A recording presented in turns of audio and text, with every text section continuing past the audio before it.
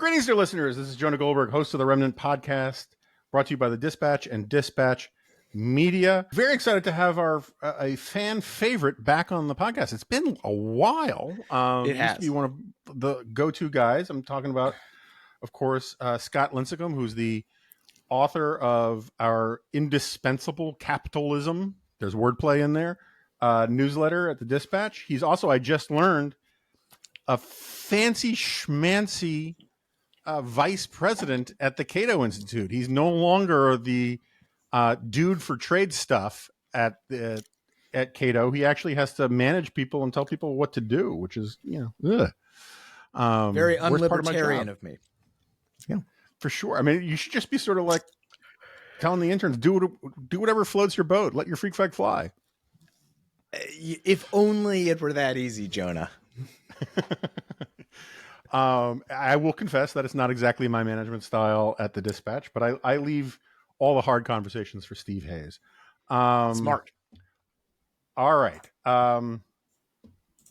So I wanted to get you on because you have this big new hoity-toity paper that you and Clark Packard did on presidential tariff powers and the need for reform. And we will get to that, and we will definitely put it in the show notes. And anybody out there on the Hill or in grad school or in undergrad who wants a fantastic cheat sheet about everything that is wrong with our tariff policy and how to fix it, I highly recommend checking it out. But we'll get to that. First, I figured we have to ease people into this a little bit. You can't just throw them in the deep end of the pool. So can you just give me a sort of tariffs for dummies? Like, America used to basically run its government on tariffs from like up until the Civil War, essentially, because it was a revenue thing, right? And there are many people, some even friends of mine, who are nostalgic either for that period or the period after the Civil War, where it was less about raising revenue and more about, nurturing our own homegrown industries, right. As we became a larger economic power. And then some bad things happened in the 1930s, and tariffs kind of went out of favor, and now they're back, right? So how can you improve upon that incredibly insightful history of tariffs? Well, I think the place to start, Jonah, is with Article 1, Section 8 of the Constitution, which lays the power to collect taxes and import duties and to regulate commerce with foreign nations solely with the Congress.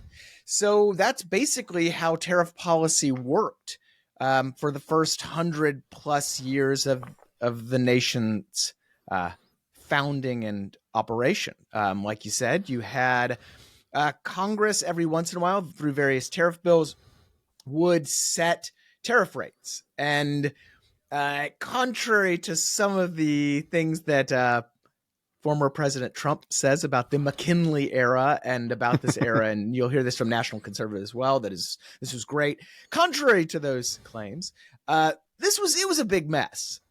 Even before the 1930s, tariff policy in the United States, and we have a great essay at Cato written by economic historian Phil Magnus about this era. And it was almost everything that's wrong with government. You had rampant rent seeking and corruption and horse trading and all of those things that actually we free traders are accused of were actually happening during this era. But as you said at the time, there was a necessity to tariff policy, that it had to raise revenue for the government because we didn't have an income tax yet. So the primary source of revenue was tariffs. But of course, this also acted as a check on congressional use of tariffs, because without an income tax, they needed money. The government needed money. And if you raise tariffs too high, you don't have any imports. If you don't have any imports, you don't have any tariff revenue. So that, as historian Doug Irwin has shown, and it's a pretty substantial check on the overall tariff rate. But then we implement the income tax. Suddenly, tariff policy could become far more about protectionism than in the past, because you didn't have that need for tons of revenue coming from tariffs. So what happened? Well, I'm going to skip ahead a bit. We got the Smoot-Hawley Tariff Act, which anybody who knows from their Ferris Bueller or any history textbook, we know was a disaster, both economically and geopolitically. And it also, though, caused Congress to realize, maybe we shouldn't be trusted with setting tariff policy, particularly, again, now that there isn't this check on this revenue-based check. Maybe it would be a good idea to delegate some of our tariff powers to the president, which would also let the president, who is our chief diplomat, has this foreign affairs power under Article 2. It would allow him to engage in international negotiations for trade agreements, which at that time were as much about foreign policy. Now we're skipping ahead a little more into the kind of post-World War II era, where the foreign policy wonks and folks like Cordell Hull, former Secretary of State under FDR, said, we should be engaging in trade agreements to prevent other world wars and stuff, far less for economic reasons. But anyway, Congress, through a series of laws starting in the 1930s, but then going all the way through the 70s and 80s, in the 1970s and 80s, kept delegating its tariff powers to the president. And it did this under the assumption that the president had those foreign affairs powers. He was going to care about our alliances and all this stuff, but also that the president was the most responsible politician in the government because he had a national constituency and would be less susceptible to cronyism and rent seeking and regional politics. Because, one of the big problems with historical U.S. tariff policy was that you'd have the guys from the textile states bartering with the guys from the furniture states. And that's how tariff policy was done, again, in that kind of 19th century corrupt era. And so they thought, the president, he has a national constituency. He's worried about the national economy. He's also worried about foreign relations. He's the guy we should entrust the tariff power to. And for about 85 years, the system worked reasonably well. We avoided another Smoot-Hawley. We entered into various trade agreements, the World Trade Organization agreements, or what we called the GATT back then. And then, of course, there's others like NAFTA and the rest. We entered into these trade agreements. And then we just gradually liberalized tariffs via those agreements and unilaterally as well. And all was well in the international system, or at least it was working okay. Certainly, the president and Congress did change tariff rates, and the president did, Reagan and did some stuff with tariffs, and other presidents have raised tariffs at times. But in general, it was, a more liberal economic environment. Trade flourished. The United States led a bunch of trade liberalization initiatives, and that was that. And then, of course, came along Donald Trump. And Donald Trump saw a bunch of laws that were written under the assumptions I just mentioned, and were very vague and provided all sorts of room for a creative lawyer to do whatever he or she wanted, what the president wanted. And so we got a series of tariffs that really revealed a major flaw in U.S. trade policy that had gone really untested for, like I said, decades and decades.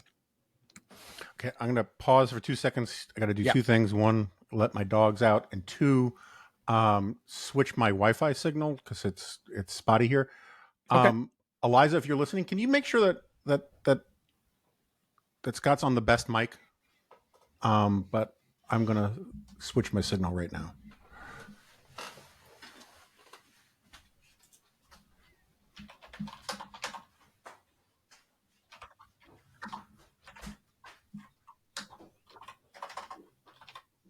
You talking to me? I have a Shure MV7.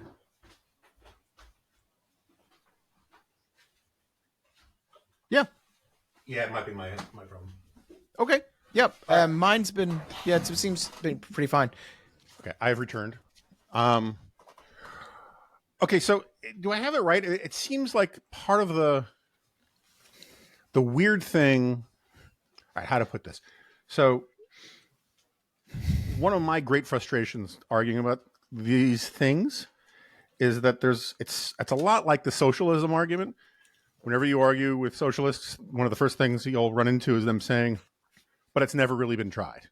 Yeah. Right? And when you argue with the I will say, when you argue with free trade people, they'll often say it's never really been tried. And when you argue with protectionist people, you get not so much it's never been tried, but that it worked great in the 19th century. Yes, right. And so can we sort of start there? I haven't read the Phil Magnus piece. I'm a big fan of his, but why didn't it? Like, what is wrong with the argument that said it worked in the 19th century? Right. Well, I think there's two errors. The first is assuming that a tariff policy like we had in the 19th century could be effective, or at least have the same effects as it would have in the 21st century. And that's a huge, huge flaw, because manufacturing back then was extremely simple. Their global supply chains were, I mean, they existed a bit, but far less complicated. The United States, there were only a few big economies. So the world, there weren't all of these different trading partners that allowed foreign nations to just a few players to kind of dictate the terms of trade. And there were no trade agreements and other things that allowed countries to kind of quickly retaliate or adjudicate these things. So that's the first big flaw. Saying, oh, it worked in the 19th century, ergo it could work in the 21st century, is actually nonsensical because of that. It's just a terrible comparison. It truly is apples and oranges, and even that's too nice. It's more like apples and ribeyes. So that's the first issue. The second issue is just on the facts and on the empirical literature we have about that era. And Phil goes through this quite well, that yes, we had high tariffs during that period. And yes, there was rapid industrialization during that period. But as anyone who has ever seen the website Spurious Correlations should know, correlation is not causation. And the folks that have actually dug into this, and Doug Irwin is, that's D-O-U-G, Irwin has done that, but others have too. They found that really tariffs were not a big driver of the rapid economic growth the United States saw in the late 19th century, early 20th century. That was due a lot to demographics. It was due to a lot of other factors. And that the best you can say about all that protectionism is that it wasn't a killer, right? And others have dug in and said, actually, protected sectors performed worse. And actually, the overall, the protectionism was a drag on growth. So we would have had stronger growth had we not had these things. But really, I think we should not go too far in that direction either, because the reality is, the data we have back then are pretty limited. And again, entirely different global and U.S. economies. So I think the best thing we can say is, hey, look, correlation isn't causation, and comparing these two eras and trying to draw lessons from them is stupid. The other, though, big empirical, and this is just historical fact, is we have a lot of great history from this period that documents just how corrupt tariff policy was. It was the foundations of the modern interest group and lobbying system in the United States is owed to tariff policy. It's how it got its start. Today we talk about, you have the big steel, and you have big sugar, and that was all started. All the bigs, all of that kind of stuff, that the way that interest groups and corporations kind of got together to lobby for protection and other mutual benefits, that got its start in trade policy. It was really, really bad. And so leaving aside the economics, the desire to go back to that era of tariff setting is a very bad idea. So it really is, in some sense, though, that type of stuff is a argument for Congress delegating some of its tariff powers to the president, saying, look, we can't really be trusted with this. Let's give the president this trade agreement negotiating authority. Let's let him kind of tie our hands in trade agreements. Let's tie our own hands via U.S. law. And we'll leave the setting of the tariff rates on widgets and everything else alone. The problem is they just went way, way too far. They didn't just, because our free trade agreements, the way we negotiate free trade agreements is Congress lets the president go out and negotiate. But then the president has to bring an agreement back to Congress, and Congress has to actually implement that into law, what we call implementing legislation. So Congress, at the end of the day, has the final say on any trade agreement, like the NAFTA or Trump's USMCA, the NAFTA update. Congress had to agree to that. The problem with our tariff raising policy, so our tariff liberalization policy has a congressional check. Maybe we don't like certain aspects of that, but that's there's still a check. Tariff raising policy has none of those checks. So you have a president like Trump who implemented national security tariffs on steel and aluminum from our closest allies. So not China. China wasn't even a top 10 supplier when those tariffs came in. But the United Kingdom, Japan, Europe, you name it. Not only that, he was implementing tariffs not on the steel that our Defense Department needs. Defense Department said they only need about 3% of the steel that we make, and in very narrow categories. No, he was putting it on any type of steel, like rebar and semi-finished steel that American steel manufacturers might actually use to make other types of steel. So on the facts, that made no sense. And it defied earlier precedent that other administrations using that very same national security law. But he could do it because, again, the law was drafted in this very vague way. It's whatever the president thinks is a national security risk, that's what it is. It could mean economic security. There are very limited checks on what the president has to publish, the types of investigation he has to conduct, all this type of stuff. And so, unfortunately, that's not the only law that does this. That law was called Section 232. And so as Clark and I document, there are several laws out there. The law that the president used to impose tariffs on Chinese imports. It's another one that, again, maybe you could say on a superficial level, the president should be able to implement trade restrictions for unfair trade practices that can't be litigated at the WTO or whatever. But in practice, again, these laws have massive loopholes. You could just drive a truck through, a tariffed truck, I'm sure. And so you put it all together and you see, based on the type of abuse that went on in 2017, 2018, that a motivated president and creative lawyers could exploit similar loopholes in these and other laws and probably make a superficially valid case for the stuff that Trump is now proposing. Because Trump is, of course, now proposing to turn tariff policy up to 11, right? Before you had some tariffs on steel and aluminum from everybody, some tariffs on most stuff from China, but that's okay. That's actually a relatively small amount of total U.S. imports. Now we're talking about just global tariffs, 10 to 20% on everything, 60% on everything from China. And so some have said, the law would never get away with it. Congress would stop him or courts would stop him. And first thing that Clark and I did was just say, actually, look, these laws are vague and they delegate almost unlimited authority to the president. The checks that are in the laws are small and ambiguous. So you hold your horses on that. So just to get back, because we're going to get to the law stuff in a second. As a matter of economic policy, though, it seems to me like the thing that makes Trump different on this stuff and we should note Biden's been very bad on it too. But Yeah. the different is that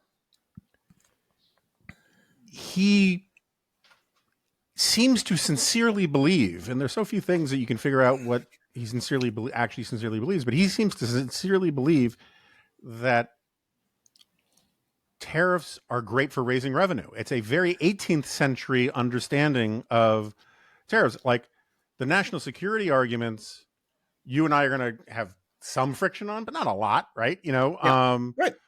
But like where you and I are on in lockstep is this idea that somehow American consumers don't pay the bulk of these tariffs, right? And it's that Trump actually seems to sincerely believe. I remember, I think it was Adam Davidson once made the case that because his only real frame of reference is in construction, right, and real estate development, that he sees international trade flows the same way, and like dinging the builder or the client for the costs is, he thinks that that's applicable to on the international stage, right?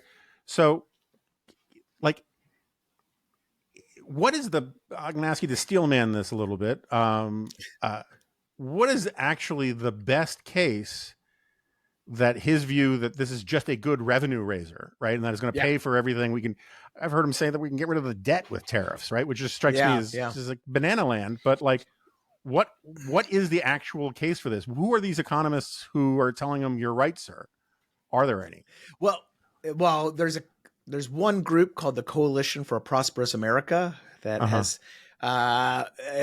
created an economic model that shows that global tariffs would actually boost growth and employment. Now, other economists, I would say much better ones, at least ones with a little more pedigree, have ripped that model to shreds, whether over at the Tax Foundation or WTO's former chief economist. I mean, a lot of folks have looked at this and said they basically just reverse engineered the result they wanted, right?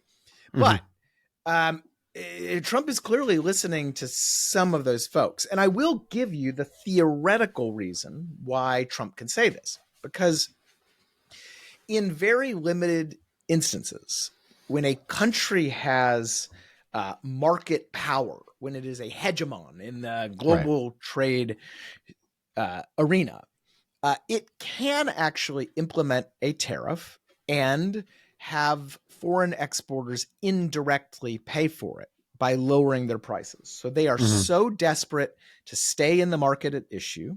They say, oh, you got us. We'll, instead of charging $100 for a widget, we'll charge 80. So when you apply a 25% tariff, at the end of the day, the importer is going to pay that 25%, but it's just going to go back to 100. So we have, in effect, paid that. And all that tariff revenue comes in and boom, everybody's rich and happy. The reality, though, is that is a very rare occurrence these days. The United States economy is simply no longer the only game in town. You hear this a lot. Oh, we're the world's lone consumer market. That's nonsense. There's a great study that was just run a while ago that said, yeah, we're like 10% of global demand, maybe a little more, but that is not enough to dictate the type of stuff I said. And then, of course, we have all the studies that show that the past Trump era tariffs, which, like you said, are now Biden era tariffs, have almost entirely been paid by American companies and consumers. So that doesn't necessarily mean you and me, but it does mean somebody in the United States was not only stroking the check, but in terms of the actual economic incidents we were paying. So there's this little sliver of theoretical truth to this idea that foreigners can pay tariffs, but in reality, we've been paying them. Yeah, and I also could imagine there are some sort of Veblen good products where super rich people, like the whole point is showing off that you can afford this stupid watch, right? So like if you did 100% tariff on some Swiss watches, I could see that not actually, it could, you could find it. I would not be shocked if in some instance it actually increased demand, right? Yeah. But most people aren't in the market for a $250,000 Swiss watch, right? Right. the so let's just again, because people aren't going to care about how to fix this until they understand why it's a problem. Yeah. Let's say Trump does what some of the things he's been talking about, 100% or a 60% global tariff, right? Or 10 or 20% across the board. And then, which is going to keep my scotch prices outrageously high. Is that in fact, one of the things you hear is that it's inflationary. Is that in fact true that it's inflationary? The word inflationary is terrible. Because it would increase prices. It would not lead to a persistent increase in prices, which is what inflation is. So the better way to put it is just to say that it would lead to a one-off increase in the general price level. So things would go up in price, but it would not lead to a bout of inflation. So they would go up once and then that they basically stay at that higher level. They wouldn't keep going up. So that's, again, pretty much everyone in the economics field believes that to be the case. So I actually heard, and I actually thought about sending you the link to it because I do this thing where I like to point out cases of bad clients to Sarah and David. I like annoying lawyers by showing people bad clients, and I like annoying free trade people and people who liked the sort of Reaganite consensus stuff that would bother them. And I listened to this interview with Newt Gingrich, who, let us recall, was one of the most important people in the passage of NAFTA, and once a pretty passionate free trader. He was asked on NPR, some NPR show or some New Yorker on NPR thing about the tariff stuff. And he did the full McKinley, right? So it worked great for McKinley, so it's going to work great again thing. And then was asked about this inflationary thing, which I've heard different arguments about that. I think your take on it makes the most sense to me. But the interviewer said, economists say this is going to be inflationary. And Newt's response to this was that, well, but we're going to take all of that revenue we make from foreigners and then we're going to give it to Americans through tax cuts. And that will make it less inflationary. And like, whatever you think about, I get the point he's right, but it seems to me like raising prices on things and then giving people gobs of cash to afford the higher prices is not an anti-inflationary move. No. But then again, I'm not some fancy pants Cato vice president. So am I missing something? No. And this goes, I do think this is why, again, I think it's important to kind of avoid the inflation, the I word, because taxes tend to be deflationary, right? They tend to reduce consumption. You feed that back into the economy, and who knows how the macro stuff is going to work. But in general, if you tax consumption taxes, raise prices, and then if you give people money to then pursue to inject back in the economy, you could actually be further increasing prices, especially if they go and buy different stuff, right? So let's say you have to spend more on a toaster, but the tariff revenue then gets given back to somebody who then goes and gets a massage or buys a house or whatever, right? So it's hard you don't want to noodle out the macroeconomic stuff. It's more important just to focus on the micro, and the micro is quite clear on tariffs. They're going to increase prices, and by the way, importantly, they're not just going to increase import prices, because I think there's a huge fallacy out there, and I explained it. I put out a big tariff explainer for the Dispatch a few weeks ago. They also were going to raise domestic prices because, look, you have less supply, you have domestic producers that have less competition, and it inevitably is going to increase their prices as well. Now, it probably won't increase them by the full amount of the tariff, but it is going to increase them. And the United States International Trade Commission looked at Trump's tariffs and found exactly that, right? They increased domestic goods prices as well. So I think that's the best way to leave it. I would note, though, that the whole we're going to recycle this money back into the economy, for a Republican to be talking about this type of redistribution is pretty interesting, I'd say, especially somebody like Newt, who is, all pro welfare reform and all this kind of stuff. The other thing, of course, is that government is inefficient. And I thought Republicans understood this, right? If you're not going to take $1 in taxes and magically get that exact same dollar spit out into the real economy, right? There's always going to be transaction costs and distortions and the rest. And that's one of the big reasons, by the way, why tariffs have what we call dead weight loss. The amount that consumers lose is always bigger than the amount producers gain and the amount of tariff revenue taken in. That's one of those iron laws out there. So a lot of this discussion of, the tariffs will actually boost growth and they won't lower prices, it's economic alchemy. It's just folks trying to explain away the trade-offs that are real. I mean, a legitimate tariff case is, hey, we need X industry for national security, and yeah, it's costly, and yeah, it's inefficient, but it's better than the alternative, right? To have no industry at all or whatever. That's your steelman tariff case, but that we don't get that anymore. Now, tariffs are these magic taxes that are paid by foreigners and that somehow boost growth with having, and have no unintended consequences. And pay for everything as well. And somehow are protective. That's the other thing, right? If you have in that scenario where a foreigner is paying the tariff indirectly, you have no protective power because the import price stays at 100, right? It's 80 plus 20 instead of 100 plus 0. So the domestic manufacturer doesn't get any protection from the tariff. Right. And yet, again, tariffs are magic these days. They are all of these things and everything, and they have no trade-offs. And that's just nonsense. It's just not how it works. So when you talk to people about all of this stuff, and I assume you spend more of your free time talking about tariffs than I do. Too much. I'm just going to go out on a limb on that guess. Yeah.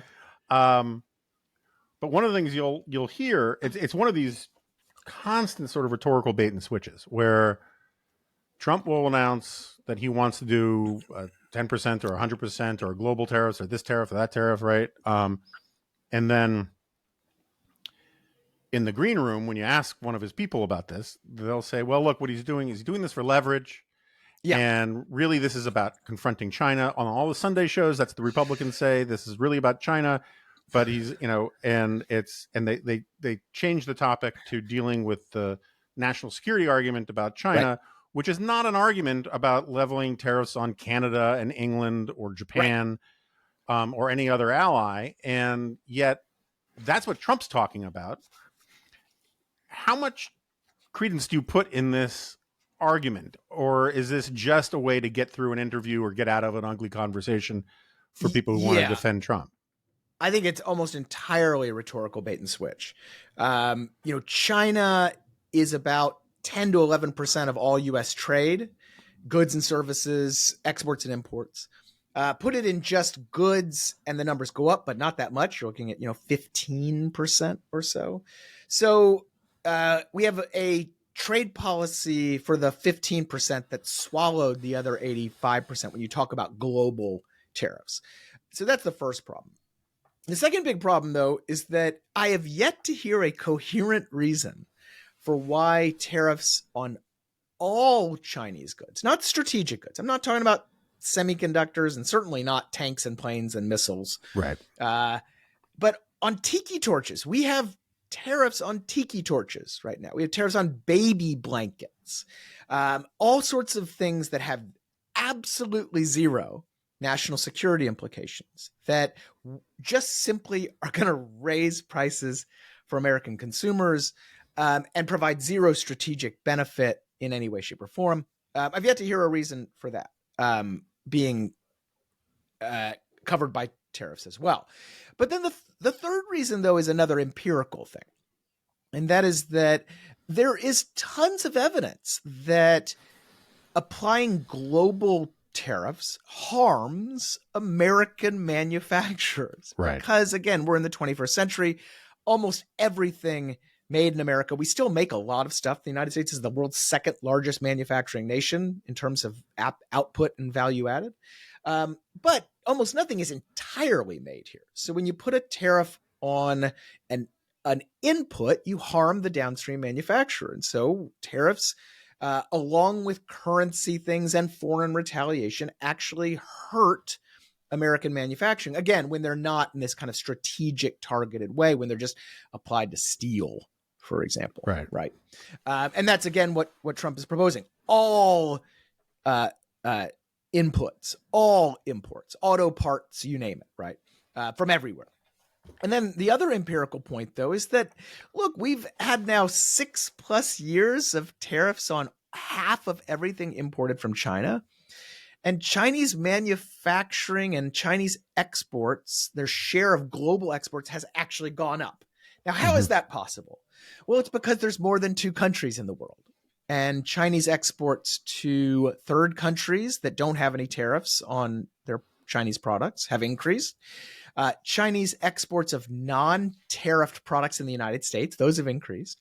And I think most importantly, Chinese exports to countries that are new production sites, the ship like Vietnam or India or Mexico, have also increased those Chinese exports. So what happens is you have Chinese content that is incorporated into another manufactured good, and then shipped to the United States as made in Vietnam, made in Mexico, and lawfully. This is totally legal. There's nothing nefarious about this. It's just multinational supply chains doing what they do, and that's ebb and flow and flex in response to new impediments. So all those Chinese exports have increased too. So it just doesn't work like the tariff proponents say, leaving aside the fact that we're also talking about tariffs on baby blankets or Canadian wheat or whatever, right? And there's yet to be a coherent response. And let's face it, I think this goes, why has there not been a coherent response? It's because it goes back to what you said before. Trump's always been a tariff guy and he's in charge, and everything else is just backfilling. I mean, it's just finding ways to justify and put an intellectual patina on what is at its heart just guttural response from a guy who likes tariffs. Right. I mean, I can imagine, like, you can make a case if America was the only country in the world that drank coffee, we could put a tariff on coffee beans and it would kind of work in the sense that all those coffee suppliers were the only market. So therefore they're going to do what they got to do to get their beans into our country and be competitive with our domestic coffee growers, which we don't have many of, right? But like, that's not, there's a global market for coffee. And so it doesn't work that way. So I'm going to try a steel man thing on you that I've been thinking about. I'm not in favor of higher tariffs, right? I'm a free trade guy. There's all sorts of things about getting stuff out of China that I'm sympathetic to. Pharmaceutical manufacturing, all that kind of stuff. But like, if we got more drugs from Japan, that would not bother me. I think that would be a good thing. If we got more from India, that would be a good thing. I mean, I'm not for bringing it all home.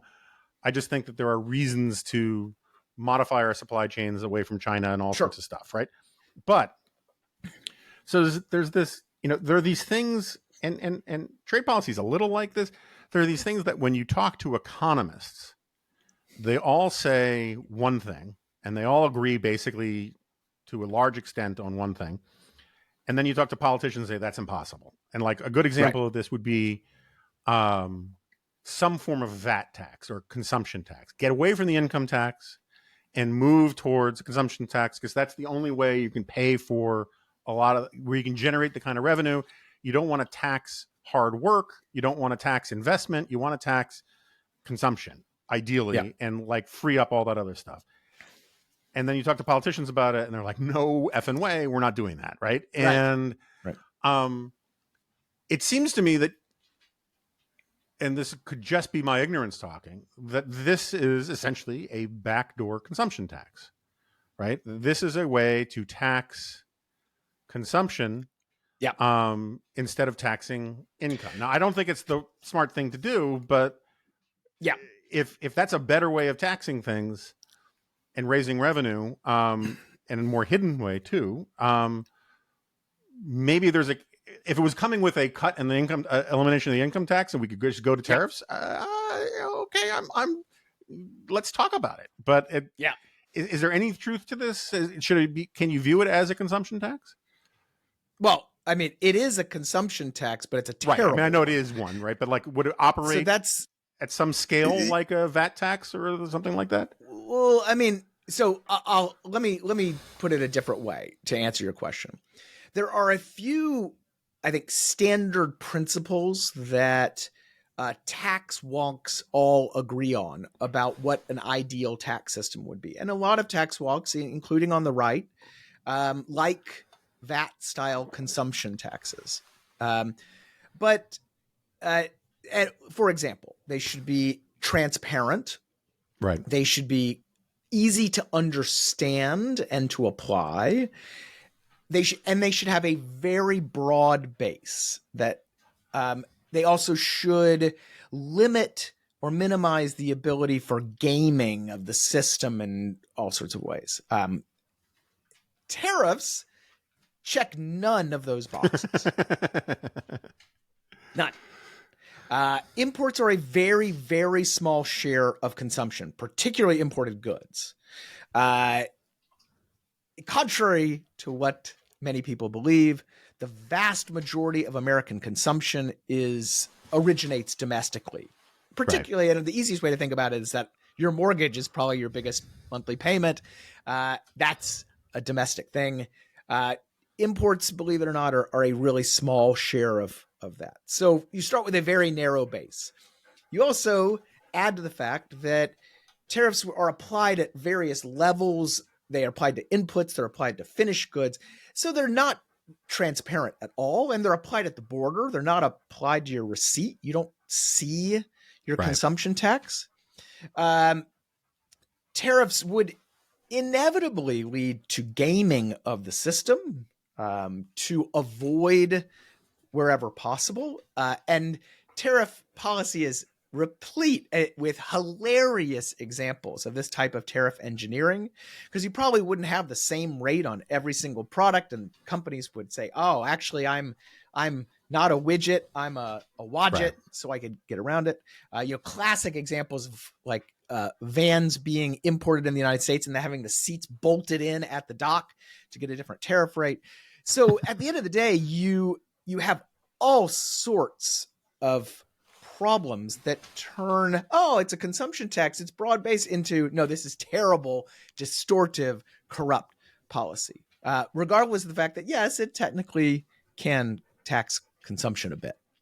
Yeah, I mean, the way I look at them is they're just the other side of the coin of subsidies, right? Yeah. I mean, and subsidies are replete with crazy gaming and corruption and all that kind of thing. And in response to the idea that, hey, we need tariffs because we're overweight in certain regions, China being the obvious one, or certain industries. Well, I think there's two really obvious responses to that.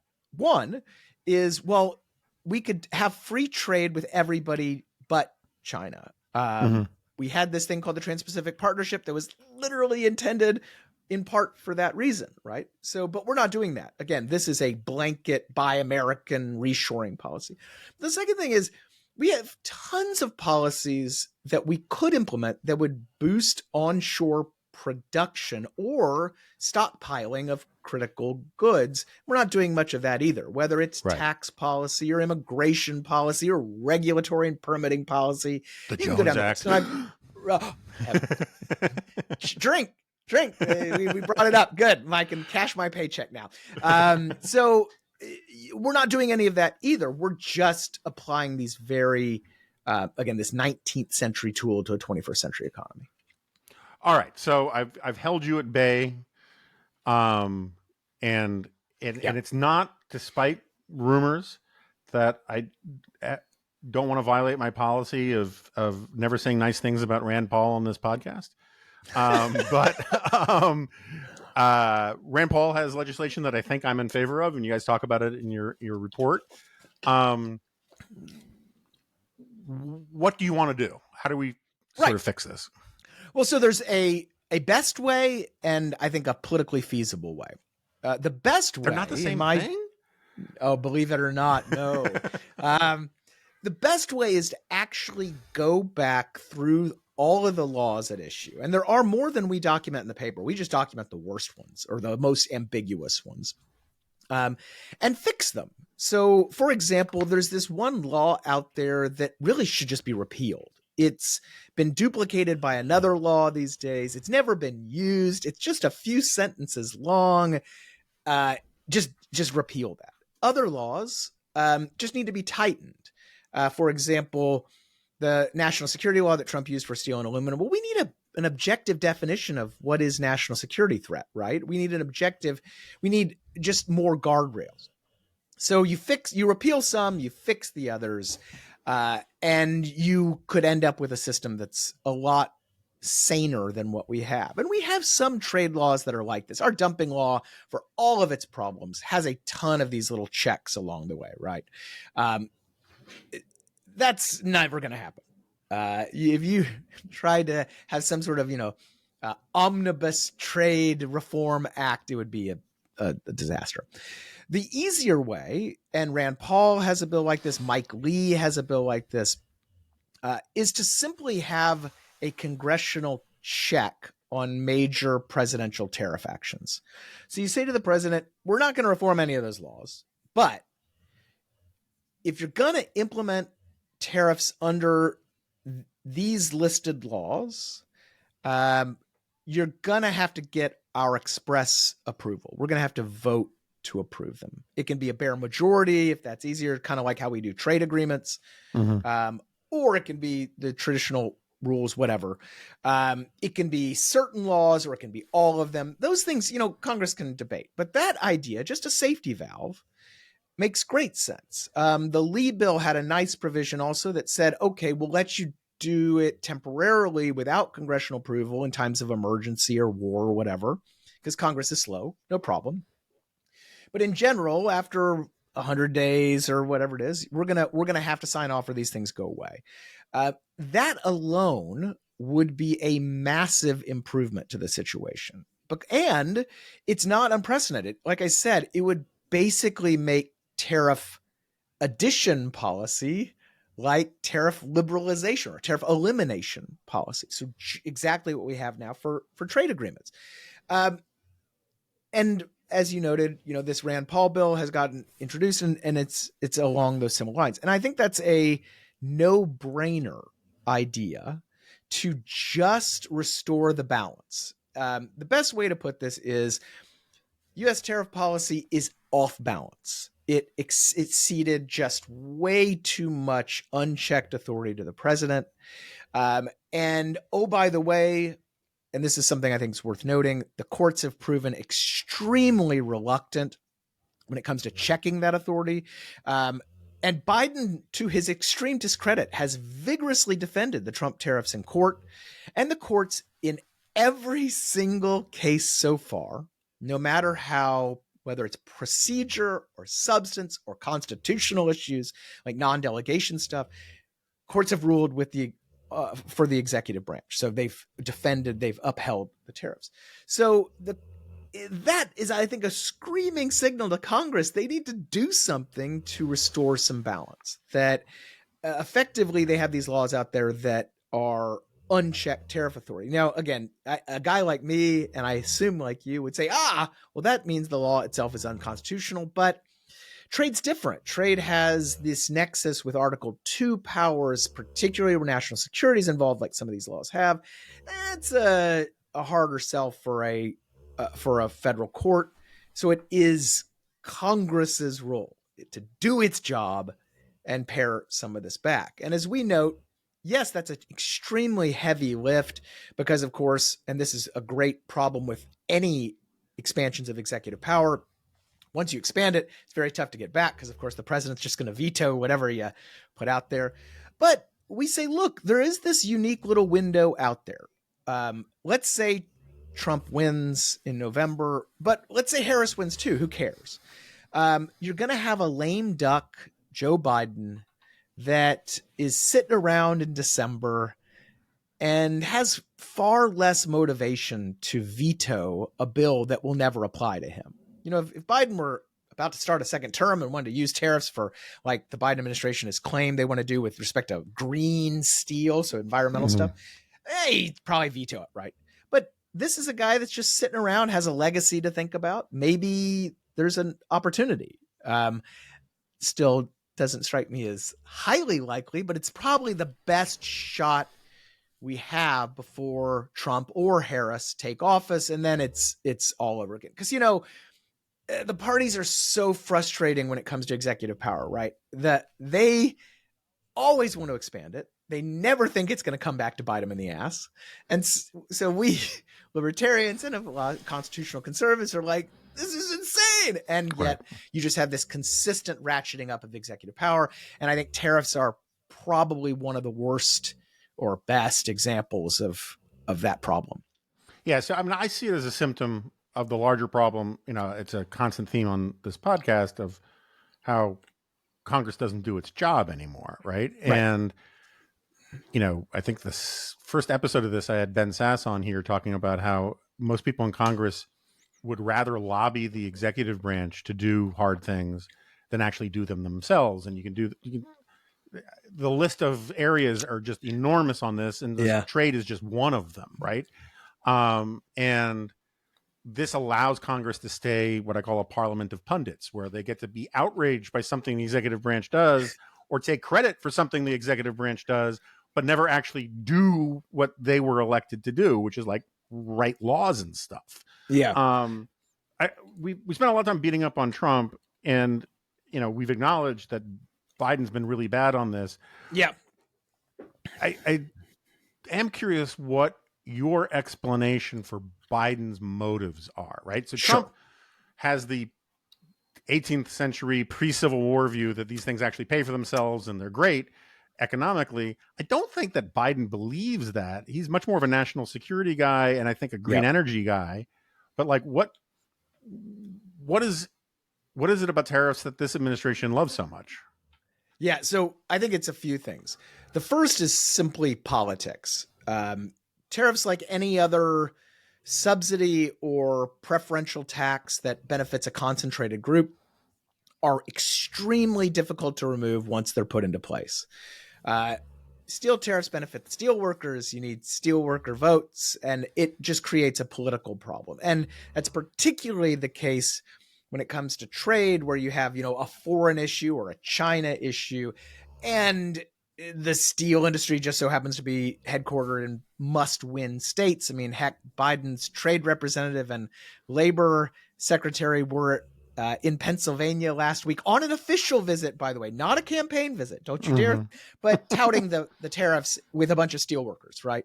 And so the politics of trade and of tariffs, and particularly these tariffs, particularly right now with Trump running, is brutal. And so even when you had high inflation and tariffs on Chinese tiki torches, and a lot of people on the left saying, dude, lift the tariffs, inflation, you're getting killed on inflation.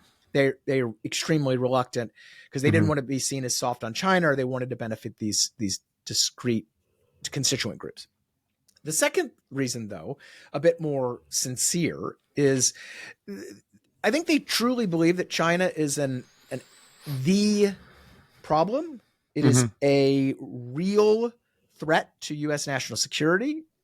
And tariffs are one of many tools that they should use to limit Chinese technology, to limit Chinese growth. And they see tariffs as part of a broader toolkit. And to their partial credit, they have tried to at least talk about what they call friend shoring. So they're not straight up only economic nationalists. They're like, we can, you build a factory in Mexico or build one in Vietnam. That's okay. They haven't been great on that. They've paid, it's more lip service than anything, but they've at least said that. And they certainly have used things other than tariffs subsidies, big, of course, Mhm. industrial policy, huge in the CHIPS Act and the IRA and everything. They've used sanctions and other export controls. So they do, this is part of tariffs are part of kind of a broader toolkit of policies. So that does, I think, distinguish them from Trump a bit too. However, and again, as I just argued in a column for the Dispatch a couple weeks ago, the reality is that they're not doing these things well. That they say they want friendshoring, but they're not really doing that. They say this is about national security, but they've kept the tariffs on tiki torches. At the end of the day, I think the biggest driver is political. And some of those things, all the other things I mentioned, they matter, but I think we have a basically Trump era tariff policy in place because it was too politically difficult in their view to change it. And we've heard, I mean, like, I'm not saying that this would be my number one piece of advice to Kamala Harris when asked, where would you differ with Joe Biden? But I could come up with a serviceable answer to say, I think we need to be, because first of all, it would allow you to ding Trump, right, who's your opponent, by saying, you know, we accepted too many of the Trump tariffs. I would be more surgical. The issue is China, not our friends, yada, yada, yada, yada, yada. I think that would sell. But I see no sign that that's in, I mean, maybe that's not coming in the Brett Baer interview, I don't think. So, you know, we are where we are. I mean, I'm drunk on the Kool-Aid, right? But Kamala is out there talking about the Trump sales tax. She's campaigning against his tariffs. And the only weakness in her argument is, well, yeah, but you and Biden kept all his tariffs. So it would make wonderful strategic sense, not to mention economic sense, for her to say, no, I differ from the president on these things. But unfortunately, like I just said, I mean, you have the labor secretary and the USTR in Pennsylvania trumpeting the tariffs, and you have a union, a vote that is, they believe, crucial to winning these swing states, and unions that are just extremely protectionist. It strikes me as, unfortunately, rather unlikely that she's going to pick that. It makes perfect sense over here in libertarian land, right? But as I've said repeatedly, regardless of what I think about the political dynamics, there's a bipartisan consensus in Washington that to win national elections, you need to win a handful of votes in a handful of states. And to do that, you have to be a protectionist. Now, maybe whether that's true or not doesn't matter. I think it's 100% true that that's what the decision makers in Washington believe. And as long as that's the case, good luck. Right. Yeah. Yeah. I mean, there's kind of good news in that Florida is no longer a swing state, that you might be able to do something about sugar subsidies at some point. But maybe. But I hear you. Yeah. Yeah. It's really hard. So, as someone who's deeply invested in the virtues of free and open trade, right? Yeah. How much do you despair? And what I mean by that is, it seems, because it's not just in the United States, right? It's the era of globalization enthusiasm, which probably went overboard. You know, even if you don't agree that it went overboard on policy, it went overboard politically to the point that it invited a backlash. And the backlash is worse than if it had been a little more restrained in its implementation in the beginning. And totally agree. So you now just, I mean, I was looking at some of the responses. You had a tweet thread announcing your paper, and I was looking at some of the responses to it, and the number of people who are just gloating and reveling in the idea that this is a global movement away from globalization, a global movement away from free trade, and so that therefore we would be fools not to go along with it because it's just simply the new era. Yeah, I'm not sure I believe that, but I'm not sure it's wrong either, because as you say, it doesn't actually matter whether something is true. It matters whether everybody believes it. And if policymakers everywhere believe, I mean, you can certainly make that case about immigration, that we are in an era where advanced industrialized countries are really sour on immigration. And whether or not they have the economics right or wrong, we can argue, but that's the fact, right? So, like, do you anticipate spending the rest of your career in your fancy vice president's office just simply trying to get back to where we were, say, in circa 1999 or something? Or is there a reason for hope? There is reason for hope. And, we actually have I'm running this big globalization project, and we have actually a book coming out that's a kind of a compilation of some of the essays we've published as part of this project. And in the introduction, I give the optimistic case. And the optimistic case is that while some of the world's politicians, particularly in the United States, have soured on trade and globalization, consumers and producers haven't. Believe it or not, despite all of the terrible rhetoric, world trade is actually up significantly. Imports into the United States in inflation-adjusted terms are up. Trade in goods has sort of plateaued, but it's done so at a record level in the world. Services trade has exploded. Digital trade is going nuts. The stuff we consume on Netflix and at our grocery stores is more global than ever. So from an economic perspective, the market is still all in, baby.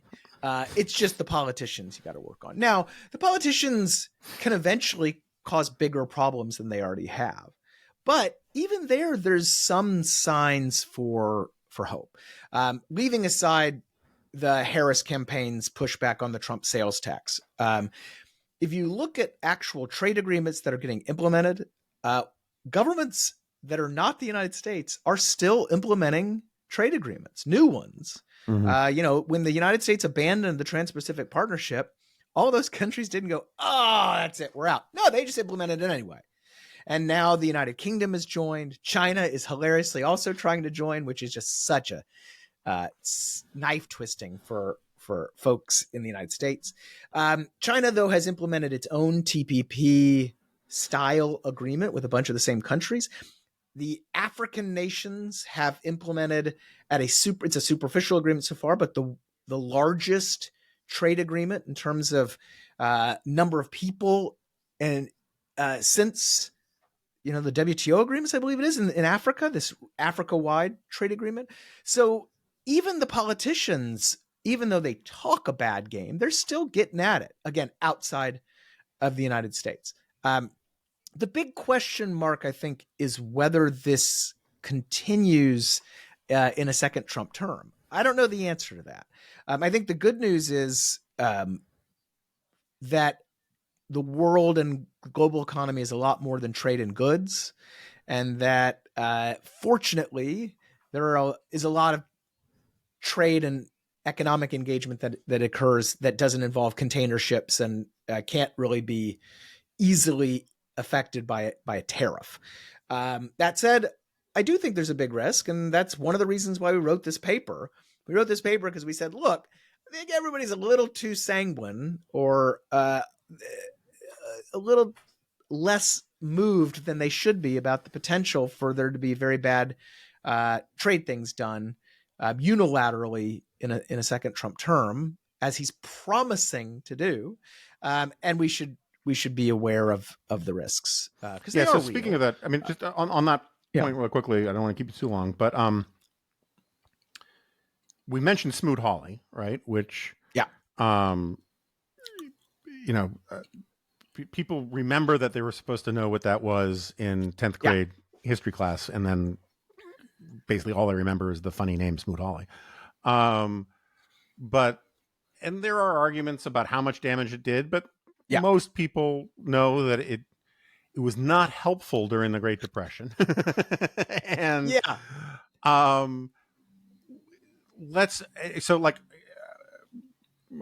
my AI colleague Yuval Levin has made this point, which I think is very useful. There are things presidents have the power to do, and then there are things that presidents have the power and ability to do, right? And so, like, forcibly deporting 10 to 15 million people at gunpoint technically the president has the power to do that if he gets all his paperwork together, but really hard logistical and political problem getting law enforcement and the National Guard and all these, stakeholders to buy into this, and watching people pulled out of their homes and their job placements and all that kind of stuff at gunpoint and thrown in vans and put in detention camps. Like, I think that's unlikely to happen for the same reason, because it's just like, that's a terrible political problem to have, right? I mean, if they go for low hanging fruit, get all the Hannibal Lecters first, maybe they can pull off something, but whatever, right? He can do the tariff stuff with the stroke of a pen right now. That's part of the reason why you did. I mean, essentially with some lawyers and file some paperwork, and there'll be some court cases, but like, he can do that without a huge logistical lift. Let's say he succeeds. Okay. Yeah. What do you think is the most likely scenario economically from that happening? Is it Smoot-Hawley again? Is it less than Smoot-Hawley? No. Well, I mean, I think it's less than Smoot-Hawley, given how diverse the U.S. and global economies are today. I think certainly it would be bad, not just in terms of higher prices, but investment would surely plummet because of all of the uncertainty. When Trump did his China tariff, studies showed that investment in the United States dropped because a lot of investors were worried about, well, is he going to go after my sector next? How does this work? I mean, when a single person can affect large swaths of the economy, that's going to affect investment. Retaliation is the other big thing. One of the big problems with Smoot-Hawley was not merely the U.S. economy that got hit, but then because everybody retaliated, and then everything got worse, and it kind of snowballed. So there's, I think, concerns there as well. But we are a services economy. Most of the world is services. And there are all sorts of other pathways for trade to occur. So I think, like you said, free traders got a little over their skis in talking about the benefits. I think free traders also get a little over their skis about talking about the implications of protectionism. I think the way to put it is, it would be bad, but are we talking about another Great Depression or something? No, probably not. I think we were just talking about maybe a recession, given all the investment and all that other stuff. But it's, that's very hard. That's hard to say. I mean, I would hope that saying we should do something you don't need to, it's going to cause a depression to motivate, right? It's just very bad is a good way to put it. And bad for a lot of the very industries you're trying to help, and bad for our allies and for the rule of law and the rest. But I would note one thing that you mentioned. I think it's important for folks to know. It wouldn't be simply, though, the stroke of the pen. There would need to be a lot of bureaucrats tasked with implementing this stuff,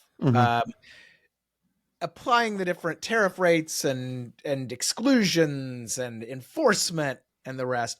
Would certainly be require a small army of customs and Department of Commerce folks and the rest. Just simply not as terrible as a deportation force. Right. No, that's fair. But my point is, like, the Project 2025 people, that's what their point of them is. Yeah. I've not beaten up on Project 2025 the way a lot of people do, because there's a lot of stuff in there that I'm totally fine with, and presidents should have the power to do what they can legally through the executive branch, and the deep state is a thing, not the thing that Steve Bannon describes, but it's right. There's a permanent bureaucracy that does a lot of nonsense, and like bringing that a little more under control is fine by me. I would much rather Mitch Daniels be in charge of a project like that than Donald Trump, right? Yeah. Someone who constantly talks about the enemy within is not the guy I want to do that kind of project. All right. Did we leave anything out that you think is vital from your report that the American public needs to know as we head to the final weeks of this election? No, I mean, look, as someone who is not a fan of either candidate, the other thing I think that is valuable for this type of report, and there's similar stuff on immigration and other areas, is the extent to which the president can act unilaterally. And I think, because president's promised the world, but in some Right. areas now you have to have Congress involved. So a lot of it is just, empty promises. In this area, I think, you need to consider the ability of the president to act unilaterally and to have durable implementation of whatever he's promising. And in this case, I wouldn't say the risk is high. Maybe it's not even 50-50, but it's substantial enough that I sure as heck wouldn't bet money on it. And it seems like a perfect place for somebody in Congress to motivate here and ensure that the worst can't happen. So when you as a properly run think tank, you guys talk to members of both parties, right? That's by law, you pretty much have to, right? And there's nothing wrong with that. And you want, I mean, one of the things I think that, Cato and AEI are far superior to some other think tanks out there is that they actually care more about the implementation of ideas than just providing ammo for one party or one politician kind of thing. And because you guys are libertarians, you have more experience of screaming into the wind and not being listened to by either side. I say that with love. But when you talk to, I mean, one of the problems, the corruption and deterioration of Congress is that, I just lost Jonah.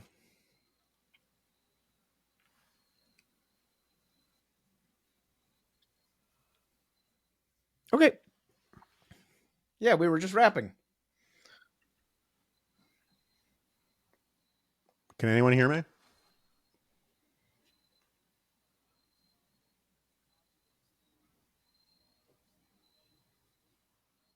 Oh, I'm here. Did you guys lose me or did I lose? Okay. Yeah, I don't know what's going on with my. I'll be very quick and then we'll just get out of here. Yeah. One of the problems with the deterioration of Congress is that not only because it hasn't done its job in so long, you're losing more and more people who even know how to do the job. Yeah. Right. You have a lot of congressmen, particularly on the Republican side in the last 10 years, they don't even know hire legislative people anymore. It's all like comms people and all that kind of stuff. When you talk to people in Congress behind closed doors or LDs or whoever, do they understand the problem? Do they want to fix the problem? Is there a receptive ear to this? Yes and no. So I think that, unfortunately the answer is it's a mix. I mean, one of the reasons we launched the Globalization Project was because we noticed a rather startling lack of substance in an understanding of kind of the basic economics and policy involved. No, especially when you start getting into the weeds of U.S. trade law. But on the other hand, I still have wonderful meetings with very smart people who do want to do something. Now, they also understand the political realities in which they and their bosses and Congress has to operate. But yes, so I think the short answer is some are certainly all comms, no policy, but there are certainly still a lot of folks up there that really do want to do something about it. I just think, on trade, particularly in this Trump era, the politics are just miserable. Yeah. Yeah. All right, my friend, thank you so much for doing this. And congrats on the report. We'll put in the show notes and all of that. And obviously we will have you back. My pleasure. Thanks for having me.